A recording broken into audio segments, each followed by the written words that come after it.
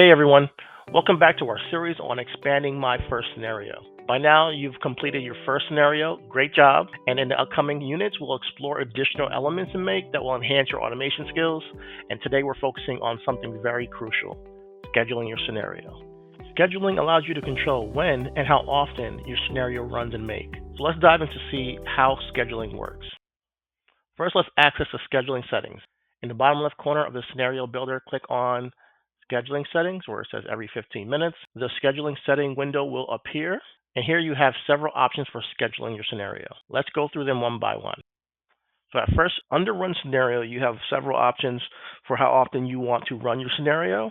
For the selection at regular intervals, you can set the minutes for the intervals that you want to run your scenario. All you have to do is come down to the minutes section here and choose the amount of minutes that the interval will be repeated in, whether it be 15, 30, 45, and up. Now, keep in mind that you cannot go below 15 minutes. It will give you an error that the value is too small. The minimum is 15. Let's keep it at 15 right here. And then you have once.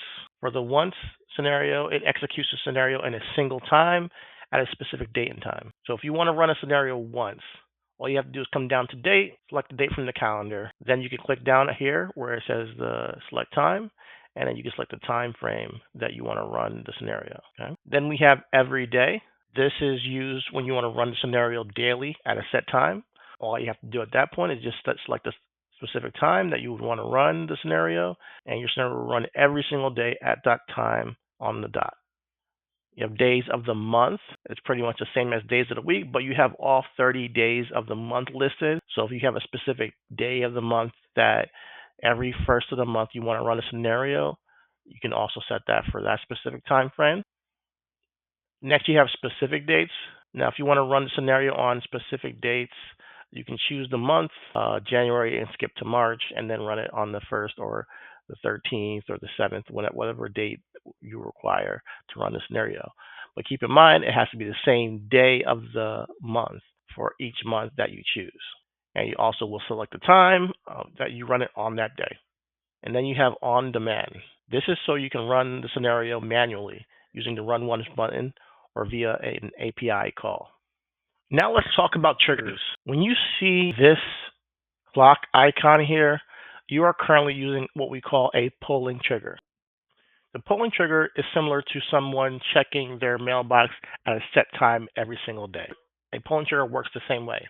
It runs the scenario at regular intervals to check for new data. For example, if you're working with a Google form that needs to collect data and process that data regularly, and you have clients that will be filling that form out throughout the day, you might want to set your scenario to run once per hour to just check to see if there's any more scenarios that need to be run. On the other hand, we have an instant trigger. And for an instant trigger, you'll see a lightning bolt on your module. It's like receiving a text message. It notifies you immediately when something happens. So with an instant trigger, your scenario runs as soon as new data arrives. So you don't need to set a specific time. Now we want to talk about operations and operations counts. Now keep in mind, every time your scenario runs, it uses up operations which count towards your plan's limit in Make.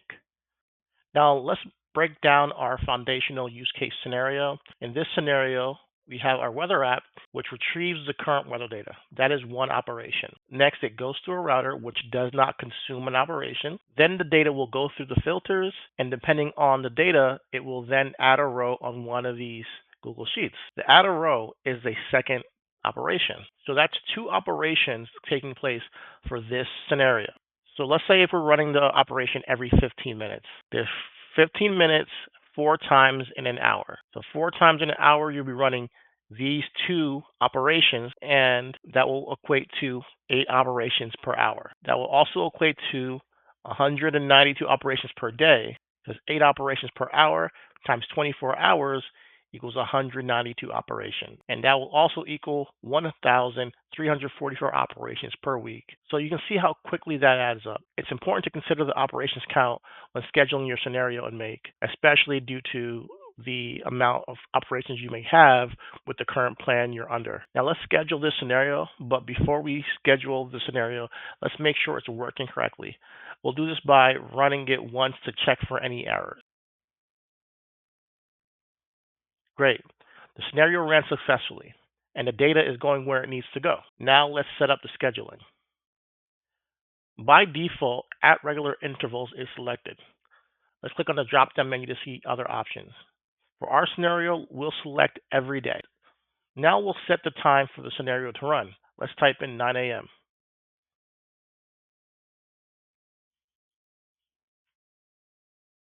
Once that's set, click OK. Now, before we continue, I want to give you an opportunity to calculate how many operations this scenario will consume a week if you run this scenario daily. It shouldn't take you too long, so pause right here, take a few seconds, and calculate that answer. Now, if you have this scenario, and this scenario consumes 2 operations per run, and you're running it daily for 7 days a week, this will consume 14 operations per week. If you got the answer, great job. Now finally, we need to activate the scenario. See this toggle switch? Let's click it to turn the scenario on. You'll know the scenario is active when the toggle is purple and says on. Also, remember, you can also toggle scenarios on and off from the scenario menu here. In the next unit, we'll explore the run once function, which is useful for testing and running your scenarios on demand. Thanks for watching. If you found this video helpful, please give it a thumbs up and consider subscribing for more tutorials. See you in the next one. Thanks for watching. Don't forget to like, subscribe, and hit the bell icon for more tips and tutorials on mastering automation with AI Automation Elite.